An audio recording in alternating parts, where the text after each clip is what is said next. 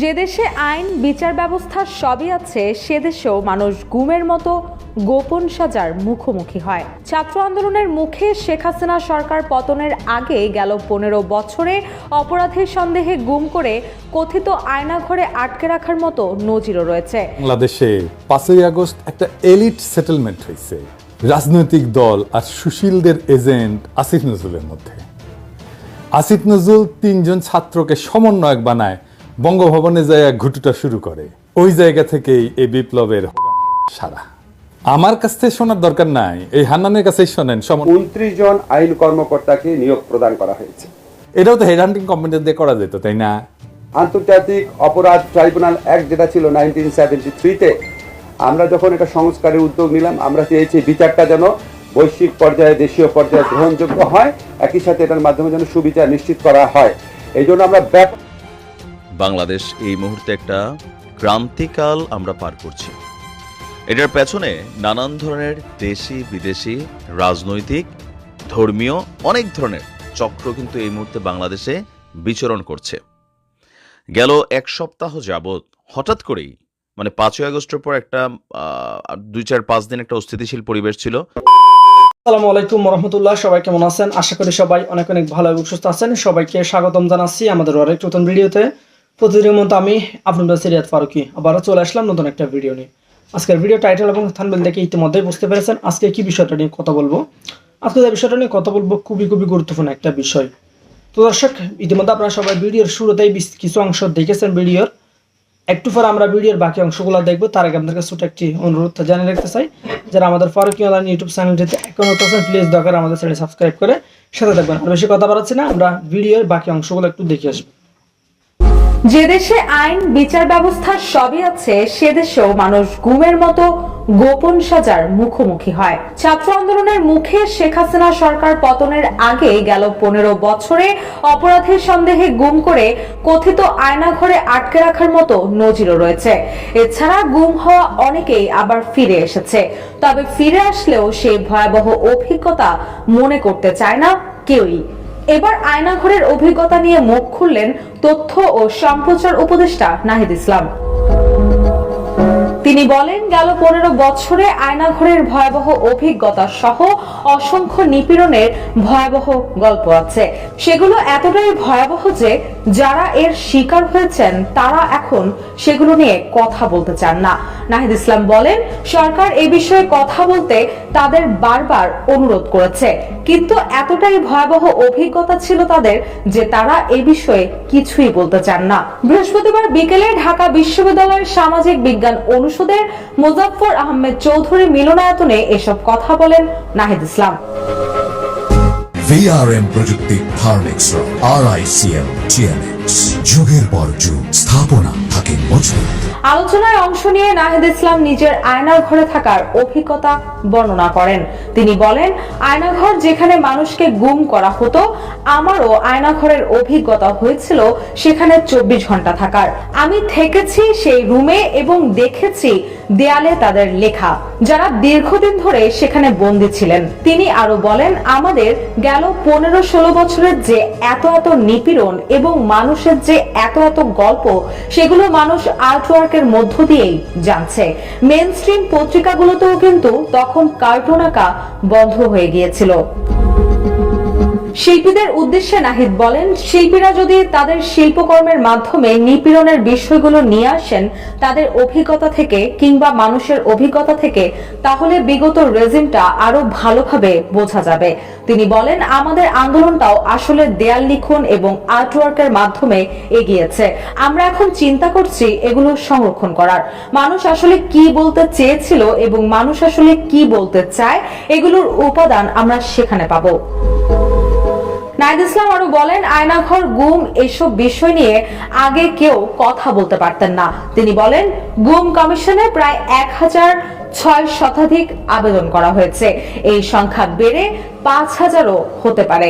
গেল 15-16 বছরে 5000 বাংলাদেশে 5ই আগস্ট একটা এলিট সেটেলমেন্ট হয়েছে রাজনৈতিক দল আর সুশীলদের এজেন্ট আসিফ নজরুলের মধ্যে।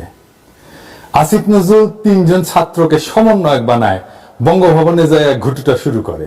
ওই জায়গা থেকেই এই বিপ্লবের সারা। আমার কাছ থেকে শোনার দরকার নাই, এই হান্নানের কাছেই শোনেন, সমন্বয়ক হান্নানের কাছে। সবচেয়ে ভয়ঙ্কর বিষয় হচ্ছে সেই মিটিং এ মানে হচ্ছে সেখান থেকে বের হয়ে বঙ্গভবনে যে মিটিংটা হয়েছে 3 জনকে নিয়ে যাওয়া হয়েছে ছাত্র প্রতিনিধি বানিয়ে, যারা বৈষম্যবিরোধী ছাত্র আন্দোলনের সমন্বয়কদের কেউ ছিল না। এভাবেই সেখানে গভর্নমেন্ট ফরমেশনের একটা চেষ্টা চালানো হয়েছে।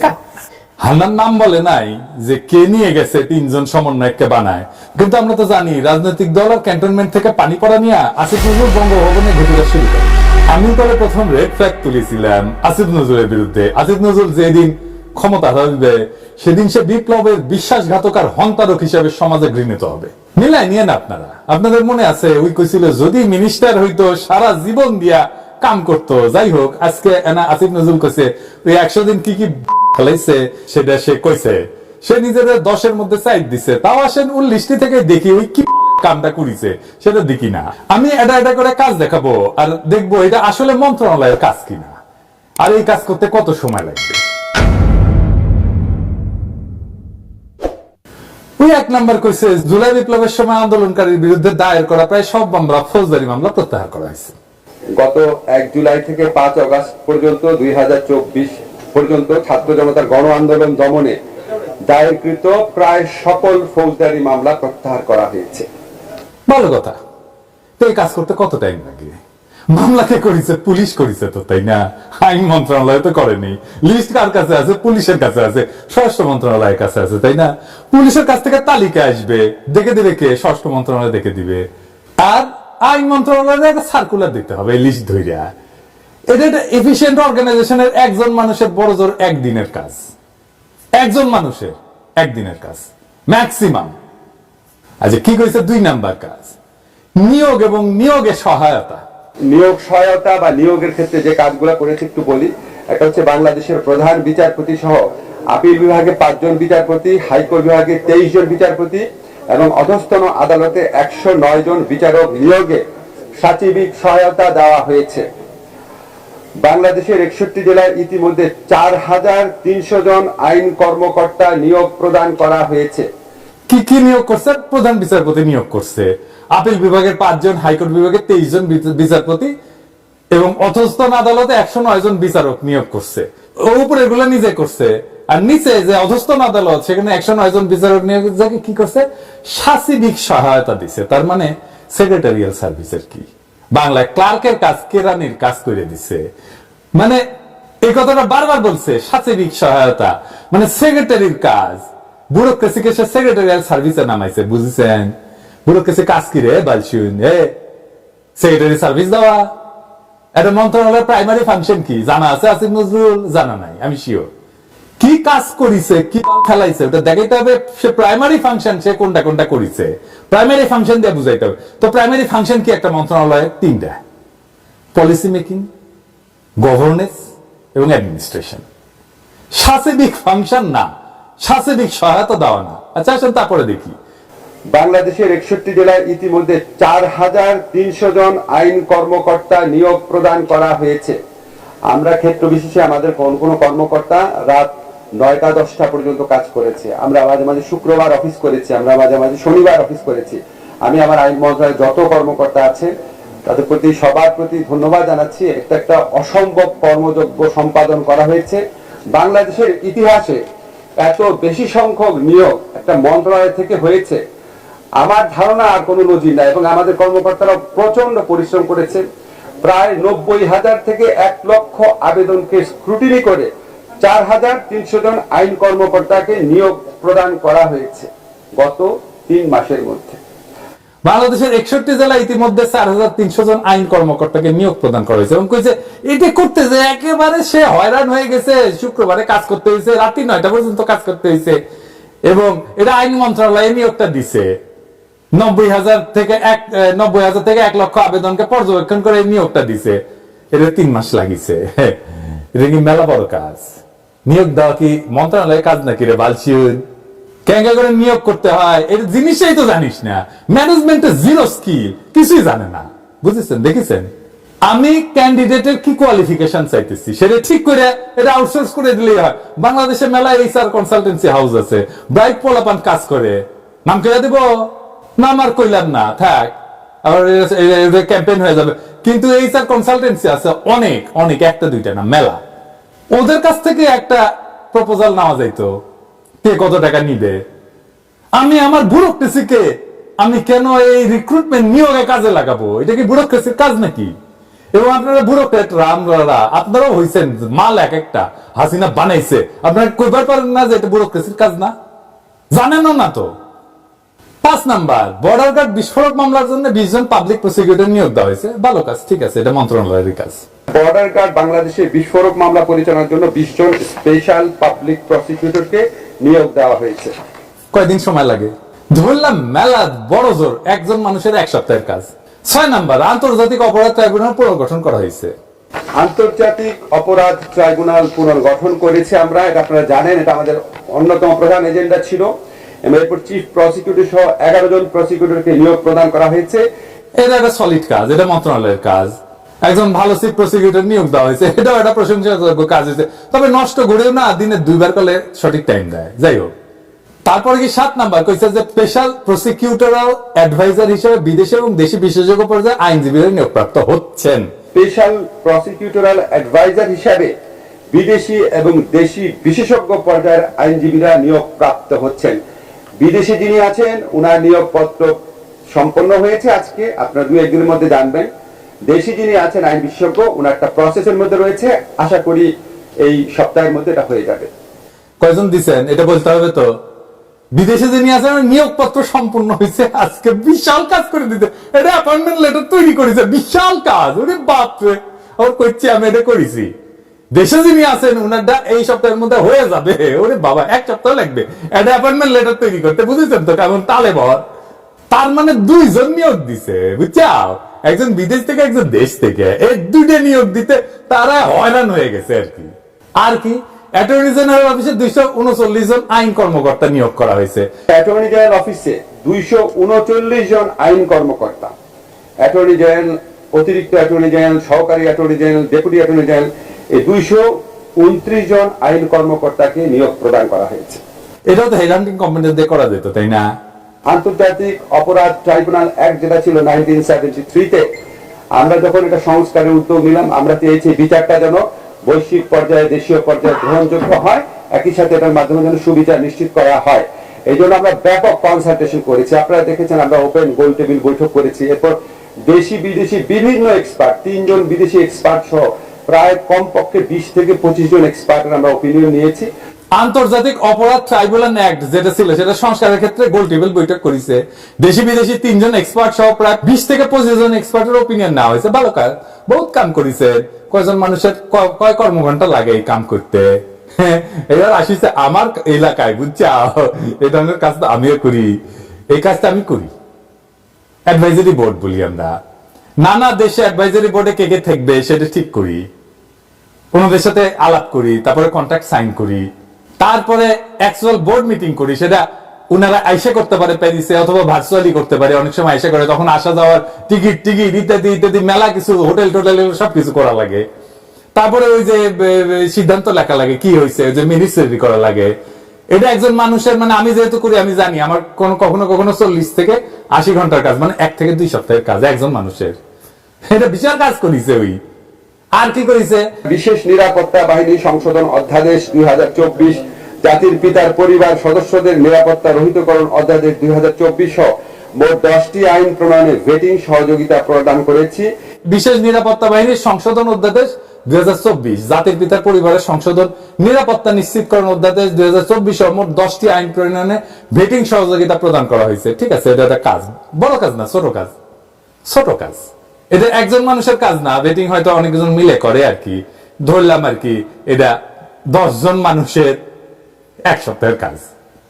আর কি, এছাড়া 95টি প্রজ্ঞাপন, 33টি বৈদেশিক চুক্তি ও সমঝোতা স্মারকে ভেটিং করা হয়েছে আইন মন্ত্রণালয়ের পক্ষ থেকে। এই ভেটিং গুলোর মধ্যে, প্রজ্ঞাপনের মধ্যে একটা কথা উল্লেখ করে বুঝতে পারবেন, 11টা যে সংস্কার কমিশন হয়েছে, এই পুরা জিনিসটার ভেটিং আমরা আইন মন্ত্রণালয় থেকে করেছি। 95টা প্রজ্ঞাপন, 33টা বৈদেশিক চুক্তি, সমঝোতা স্মারকের ভেটিং করা হয়েছে, 11টা সংস্কার কমিশনের ভেটিং করা হয়েছে। এটা কয়জনের কাজ, কতক্ষণের কাজ? এটা একটা কাজ, কিন্তু বড় কাজ না, ছোট কাজ। হাইকোর্ট বিভাগ, আপিল বিভাগের বিচারক নিয়োগের ক্ষেত্রে একটা আইন প্রণয়নের চেষ্টা করা হচ্ছে, শুনেন। এছাড়া আমরা একটা খুব বড় পদক্ষেপ নিতে যাচ্ছি, এটা হচ্ছে হাইকোর্ট বিভাগ এবং আপিল বিভাগে বিচারক নিয়োগ নিয়ে আপনারা জানেন বিভিন্ন সময় সরকারের আমলে অনেক অভিযোগ উত্থাপিত হতো। তো এটাকে অ্যাড্রেস করার জন্য আমরা একটা আইন প্রণয়নের চেষ্টা করছি। এটা একটা কাজ, এবার এটা কাজ করে চালাইতেছে, আমি চেষ্টা করেছি, এটাও কাজ করে, বুঝছাও। আমাদেরকে ভালসুন ভাবিছে, বসে বসে বেতন খাচ্ছে, আর কিছু না, কোনো কাজ জানে না, এক ফোঁটা কাজ জানে না। আর কি দুর্নীতি প্রতিরোধ কার্যক্রমের অংশ হিসেবে বিচারক, রেজিস্ট্রেশন কর্মকর্তা, আইন মন্ত্রণালয়ের অধীনে থাকা দপ্তরে থাকা কর্মচারী এবং তাদের পরিবারের সদস্যদের সম্পদের হিসাব সংগ্রহ করেছি। দুর্নীতি প্রতিরোধ কার্যক্রমের অংশ হিসাবে আমরা বিচারক, রেজিস্ট্রেশন বিভাগের কর্মকর্তা, আইন মন্ত্রণালয় এবং এর অধীন দপ্তর সংস্থার কর্মচারীদের পরিবারের সদস্য সহ অর্জিত সম্পদের হিসাব বিবরণী সংগ্রহ করেছি। বর্তমানে হিসাব বিবরণীগুলো যাচাই বাছাই কার্যক্রম চলমান রয়েছে। হিসাব বিবরণী যাচাই বাছাই চলমান রয়েছে, এটা বলে উই করবি, বুঝছাও। হ্যাঁ, এটা সার্কুলার দিবে, ওরা পাঠাবে, এটা একটা বিশেষায়িত কাজ। ওর ইনকাম ট্যাক্স অডিট করবে, এটা কে করে? এটা আইন মন্ত্রণালয়ের লোক করবে, পাইবে। এটা দুদকে ভেরিফাই করে, দুদকে দিয়ে দিব, ওদের স্পেশালিস্ট লোক আছে, এটা দুদক ভেরিফাই করবে। মন্ত্রণালয়ের কাজ কি রে ভালছিন? আর কি গুম বিরোধী সনদের অনুসমর্থন এবং কমিশন গঠনের প্রয়োজনীয়তা সকল সহযোগিতা প্রদান করেছে, ভালো কাজ হয়েছে। গুম বিরোধী সনদ যেটা রয়েছে ওটা অনুসমর্থন এবং কমিশন গঠন করার ক্ষেত্রে আমরা প্রয়োজনীয় সকল সহযোগিতা প্রদান করেছি। কতক্ষণের কাজ? হ্যাঁ, এক সপ্তাহের কাজ, একজন মানুষের কাজ। আর কি গুম হওয়া ব্যক্তিদের সন্ধান, গুমে জড়িত ব্যক্তিদের বিরুদ্ধে আইনগত ব্যবস্থা নেওয়ার ক্ষেত্রে সুপারিশ প্রণয়নের জন্য যে তদন্ত কমিশন এসে তার কাঠামো আইন মন্ত্রণালয় থেকে প্রস্তুত করেছে, ভালো হয়েছে। আর গুম হওয়া ব্যক্তিদের সন্ধান এবং গুমে জড়িত ব্যক্তিদের বিরুদ্ধে আইনগত ব্যবস্থা গ্রহণের সুপারিশ প্রণয়নের জন্য যেহেতু তদন্ত কমিশন হয়েছে, এই তদন্ত কমিশনের যে এনাবেলিং যে লটা সেটা সম্পূর্ণভাবে আমরা আইন মন্ত্রণালয়ের পক্ষ থেকে প্রিপেয়ার করেছি এবং এই কমিশনকে আমরা সাচিবিক সহযোগিতাও প্রদান করছি আইন মন্ত্রণালয়ের পক্ষ থেকে। এটা বড় কাজ, ছোট কাজ না, এটা বড় কাজ। এটা কিন্তু বড় কাজ, কতক্ষণের কাজ। এবং এই কমিশনকে আমরা সাচিবিক সহযোগিতা প্রদান করা হচ্ছে। আবার এসে সাচিবিক সহযোগিতা দিবে না মন্ত্রণালয়, এটা বলে দিলাম, এটা মন্ত্রণালয়ের কাজ না। আর কি সংস্কার কমিশনের গঠিত বিচার বিভাগের সংস্কার কমিশনকে সহযোগিতা করা হচ্ছে যাতে করে কার্যকর রিপোর্ট পাওয়া যায়। সংস্কার কমিশন যে গঠন করা হয়েছে এর মধ্যে বিচার বিভাগ প্রতিষ্ঠার লক্ষ্যে যে বিচার বিভাগ সংস্কার কমিশন গঠন করা হয়েছে, এই সংস্কার কমিশনের সাথে বলেছি, আমরা মিটিং করেছি এবং ওনাদের সাথে আমরা সহযোগিতা করছি যাতে খুব দ্রুত বিচার বিভাগীয় সংস্কার কমিশনের একটা খুব এফিশিয়েন্ট একটা রিপোর্ট প্রডিউস করা যেতে পারে। যতটুকু সহযোগিতা চাচ্ছেন ওনারা আমরা করছি। আচ্ছা, ঠিক আছে, কিন্তু কাজটা ছোট কাজ। আর কি বিচার ব্যবস্থা রেজিস্ট্রেশন কার্যক্রম ডিজিটালাইজ করার জন্য মডেল ই কোর্ট স্থাপন এবং মডেল সাব রেজিস্ট্রি অফিস স্থাপনের সিদ্ধান্ত গ্রহণ করা হয়েছে। বিচার ব্যবস্থা এবং রেজিস্ট্রেশন কার্যক্রম ডিজিটালাইজেশন করার জন্য মডেল ই কোর্ট স্থাপন এবং ডিজিটাল সাব রেজিস্ট্রি অফিস স্থাপনের সিদ্ধান্ত গ্রহণ করা হয়েছে। এই সম্পর্কিত দুটি প্রকল্প অনুমোদনের জন্য চূড়ান্ত পর্যায়ে রয়েছে। সিদ্ধান্ত নেওয়াটা কাজ নাকি রে ভাইছি, না বাস্তবায়নটা কাজ? সিদ্ধান্ত নিছে, এটা বইসে একটা ডিসিশন নিছে, ওটা নাকি কাজ? এটাও কাজ, সেটা আবার কয়। এই সম্পর্কিত দুইটা প্রকল্প অনুমোদনের জন্য চূড়ান্ত করা হয়েছে। কাজটাকে হোক, প্রকল্পটা শেষ হোক, তার বাস্তবায়িত হোক, তারপর এটা কাজ হিসেবে দেখায়। আর কি স্থায়ী অ্যাটর্নি সার্ভিস প্রতিষ্ঠা, এটা আপনার পিপিজিপি ওনারা যে নিয়োগ হন, ওনারা যেন একটা কম্পিটিটিভ পরীক্ষার মধ্যে দিয়ে নিয়োগ হন, এটার লক্ষ্যে আমরা একটা আইন প্রণয়নের সিদ্ধান্ত নিয়েছি। কাজ খুবই অল্প এগিয়েছে, বাট এটা আমরা সর্বোচ্চ চেষ্টা করব এই আইনটা যেন আমরা এই বছরের মধ্যে করে যেতে পারি। স্থায়ী অ্যাটর্নি সার্ভিস প্রতিষ্ঠার জন্য যে সমস্ত পিপিজিবি নিয়োগ হয়, তার জন্য একটা কম্পিটিটিভ পরীক্ষার মাধ্যমে নিয়োগ হয়, তার জন্য একটা আইন প্রণয়নের ব্যবস্থা নেওয়া হচ্ছে। আইনটা হোক, এটা খুব অল্প, তবে বলে দিচ্ছে কিন্তু কাজটা খুব অল্প আগাইছে। তা তো আগাবেই, অপদার্থদের কাজ অল্পই আগায়। তো অপরাধ যখন আগাইছে এটা কইছেন কেন? মানে লিস্টই বাড়াইতে হবে, বুঝছাও। আর কি যুদ্ধাপরাধী আদালতের ভবনের কাজের তদারকি করতেছে আসিফ নজরুল নিজে, ফিজিক্যালি 3 বার পর্যবেক্ষণে গেছে এবং সার্বজনীন যোগাযোগ রাখিচ্ছে। শুনেন, যুদ্ধাপরাধী আদালতের যে ভবনের কাজ তদারকি আপনারা নিজেরা দেখেছেন, আমি অলরেডি নিজে পার্সোনালি 3 বার ফিজিক্যালি ইন্সপেকশনে গিয়েছি, সার্বক্ষণিকভাবে যোগাযোগ রাখছি। এগুলি তো আপনার ধরেন মানে আমাদের বিচার প্রক্রিয়াকে দ্রুততর করার ক্ষেত্রে এবং সবার বিল্ডিংটার ক্ষেত্রে, সেখানে আমি অবশ্যই অত্যন্ত শ্রদ্ধার সাথে পূর্তমন্ত্রী আদিলুর রহমান খান, ওনার ব্যক্তিগত ইনিশিয়েটিভ, ব্যক্তিগত তদারকির কথা স্মরণ করি, বাট আমরা ওনাদের সাথে থেকেছি পুরো কাজটা সম্পন্ন করার ক্ষেত্রে। দেখেছেন, হাসিনা মনিটরিং করতো আর সে সার্বক্ষণিক যোগাযোগ রাখতো। তামেন হাসেনি, সবাই একটু হাসেনি, এদিকে একটু পরে একটু দাঁড়ান, একটু হাসার টাইম দেন, আপনি তো টাইমই দিচ্ছেন না, তো ওই হাস্যকর বানাচ্ছে, জোকার হয়ে গেছে আসিফ নজরুল। আর কি বিভিন্ন কমিশনের লোক নিয়োগের ক্ষেত্রে আইনগত দিক পর্যালোচনা, যেমন পাবলিক সার্ভিস কমিশন, নির্বাচন কমিশন, যেমন নিয়োগের প্রক্রিয়াটা কি হবে তা করে দেওয়া হচ্ছে। বিভিন্ন কমিশনে লোক নিয়োগের যে আইনগত দিক পর্যালোচনা, ধরেন পাবলিক সার্ভিস কমিশনে বা নির্বাচন কমিশনে নিয়োগের প্রক্রিয়াটা কি হবে, এই সম্পূর্ণ আইনগত পর্যালোচনাগুলো আমরা করে দিই যে কোনো নতুন নিয়োগের ক্ষেত্রে। মেলা বড় কাজ এটা, তাই না? হ্যাঁ, আর কি 23 নম্বর জুলাই শহীদ ফাউন্ডেশনে গঠনতান্ত্রিক দলিল প্রণয়নের কাজ করে দেওয়া হয়েছে। জুলাই শহীদ ফাউন্ডেশনের গঠনতান্ত্রিক যে দলিল সেটা আমরা প্রণয়ন করে দিয়েছি জুলাইয়ের স্পিরিটকে ধরে রাখার জন্য। জুলাই গণঅভ্যুত্থানে আমাদের ছাত্র জনতা যারা নিহত হয়েছেন, যারা আহত হয়েছেন, ওনাদের স্পিরিটকে ধারণ করার জন্য এই জুলাই ফাউন্ডেশন গঠন করা হয়েছে, এবং ওনাদেরকে যারা চিকিৎসা সহযোগিতা দেওয়ার জন্য এবং আর্থিক আপনার ক্ষতিপূরণের মতোই ওনাদের যে লস হয়েছে তো ক্ষতিপূরণ দিয়ে হবে না, এটা পুরা প্রক্রিয়াটা দেখাশোনা করছে জুলাই শহীদ ফাউন্ডেশন। এটা দলিল আমরা প্রণয়ন করে দিয়েছি, এরকম আরো অনেক কিছু কাজটা যাচ্ছে। থ্যাংক ইউ করেছে, তো এটা তো একটা ল ফার্মের কাজ, এটা ল ফার্মে দিবেন আপনি, ল ফার্ম আপনাকে দিবে, আপনি ভেটিং করে দিবেন ঠিক আছে কিনা, তাইলে তো হইলো। প্রফেসর ইউনূস আপনি দেখেন, আপনারাও দেখেন, এটা পুরো মন্ত্রণালয় বৈশাখী বাল ফেলাইছে ওই আপনার উপদেষ্টা, সবাইকে ওই নাকি ডি ফ্যাক্টর সহ প্রধান উপদেষ্টা। এইটা যা করিছে এটা একজন মানুষের 100 দিনের কাজ না, একজন মানুষের কোন ধারণাই নাই কাজ কারে বলে। দুনিয়ার মানুষ কি বিপুল পরিমাণে কাজ করে, একজন প্রফেশনাল মানুষ। তো বুঝেছেন তো কি বালটারে নিয়ে এসে বসেছেন উপদেষ্টা কইরা প্রফেসর ইউনূস, দেখেছেন তো? হ্যাঁ, তো ধর্ম নেই, প্রত্যেকটা ধর্ম দেখি কে কি লিস্টি দেয়। সালামু আলাইকুম, আমি নাইম, দক্ষিণ কোরিয়া থেকে। বাংলাদেশ এই মুহূর্তে একটা ক্রান্তিকাল আমরা পার করছি। এটার পেছনে নানান ধরনের দেশি বিদেশি রাজনৈতিক, ধর্মীয় অনেক ধরনের চক্র কিন্তু এই মুহূর্তে বাংলাদেশে বিচরণ করছে। গেল এক সপ্তাহ যাবৎ হঠাৎ করেই, মানে 5ই আগস্টের পর একটা 2-4-5 দিন একটা অস্থিতিশীল পরিবেশ ছিল, এরপর একটা স্টেবল সিচুয়েশন আসলো, আবার হঠাৎ করে এই যে একটা পরিস্থিতি তৈরি হয়েছে, ইভেন এটা আগামী দিনে কোন পর্যায়ে যাবে সেটাও আমরা জানি না। কারণ এই যে চিন্ময় কৃষ্ণকে নিয়ে আপনি দেখেন যে তাকে যখন বাংলাদেশের শাখা বলছে তাকে বহিষ্কার করা হয়েছে, ইন্টারন্যাশনাল শাখা বলছে না, চিন্ময় আমাদের এক্স গার্লফ্রেন্ড, তারে আমরা ছাড়বো না, তার প্রোটেকশনের জন্য আমরা লড়াই করে যাব। ভারতের মধ্যে সংসদে এই নিয়ে আলোচনা হচ্ছে। তো সকল কিছু মিলিয়ে একটা ক্রান্তিকাল, একটা ষড়যন্ত্রের মুখে কিন্তু আমরা পড়ে আছি। অন্তর্বর্তী সরকারে যারা বসছেন তারা আসলে কি করছেন, কোন দিকে যাচ্ছেন এটাও যেমন স্পষ্ট না, পলিটিক্যাল দলগুলো আসলে কি করছে সেটাও স্পষ্ট না, আওয়ামী লীগ ভারতে বসে বসে কি করছে সেটাও স্পষ্ট না, কারণ প্রত্যেকে আমরা ঠেলাঠেলি করতেছি। তো এর মাঝখানে আমাদের জাতির যারা পাহারাদার, যারা আমাদের এই বাঙালি জাতির শক্তি বা মেরুদণ্ড, কোন সময় ভারত বলেন মিয়ানমার বলেন যদি ধাওয়া দেয়, যাদেরকে দাঁড়াইতে হবে, লড়াই করতে হবে, আমাদের বাংলাদেশ সেনাবাহিনী। তো সেনাবাহিনী দেশের এই সার্বিক পরিস্থিতিকে কেন্দ্র করে একটা বিশেষ বার্তা দিয়েছেন বাংলাদেশের জনগণের উদ্দেশ্যে। দেশব্যাপী নানান ধরনের বিশৃঙ্খলার পেছনে উদ্দেশ্যমূলক ইন্ধন দেখছে সেনাবাহিনী। আপনারা জানেন যে সেনাবাহিনীর বেশ কয়েকটা গোয়েন্দা শাখা আছে, পুলিশের যেমন আছে ডিবি, এসবি, আরো এনএসআই বা বিভিন্ন যে ডিপার্টমেন্ট গুলো আছে।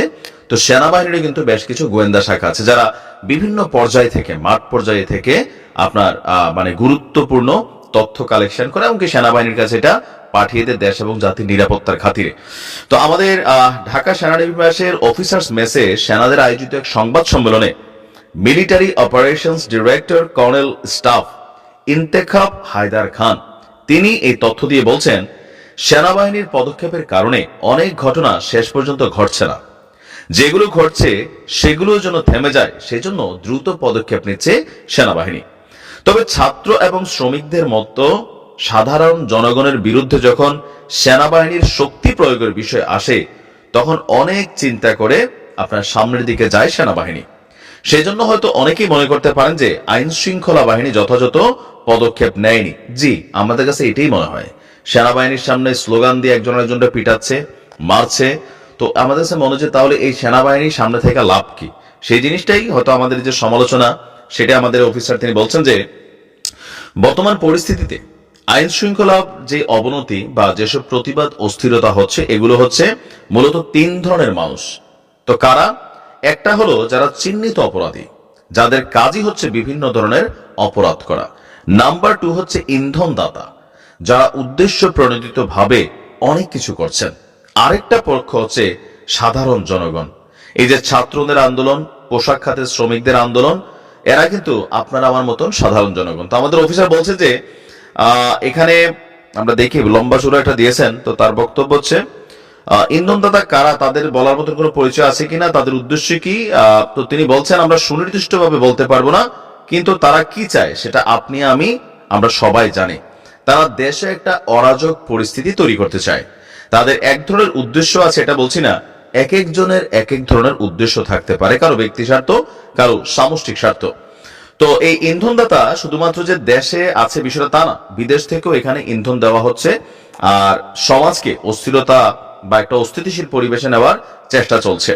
তো এখানে তিনি খুবই গুরুত্বপূর্ণ একটা অংশ দিয়েছেন যে সামাজিক যোগাযোগ মাধ্যমে বা যে কোনো মাধ্যমে কোনো উস্কানি এলে সবাই যেন যাচাই বাছাই করে সেইখানে যায়। কারণ সোশ্যাল মিডিয়াতে হয় কি, এই দেখো আল্লাহ একটা গালি দিছে রে বইলা মনে করেন একটা পোস্ট দিছে একটা হিন্দু মানুষের ছবি দিয়া, এই তারে চিনসি এলাকার কি এত বড় সাহস বলে বাড়ি থেকে লাঠি সোটা যা আছে ঘর থেকে নারায় তাকবীর আল্লাহু আকবার করে দৌড় দিয়ে বের হয়ে গেলাম, ভালো করে জানলাম না এই পোস্টের সত্যতা কি।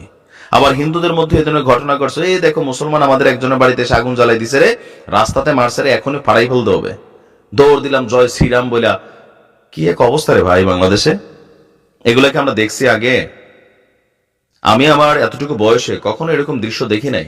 ভারতে এগুলো প্রতিনিয়ত দেখি, যে ধর্মীয় দাঙ্গা ভারতে ছিল, কিন্তু হঠাৎ করে বাংলাদেশের মধ্যে আমাদের মুসলিমদের মধ্যে একটা শ্রেণী কথায় কথায় জিহাদ শাহাদাতের নেশা, বাবা তোরা আফগানিস্তান চলে যা, তোরা লেবানন চলে যা, ওইখানে জিহাদ টিহাদ কর।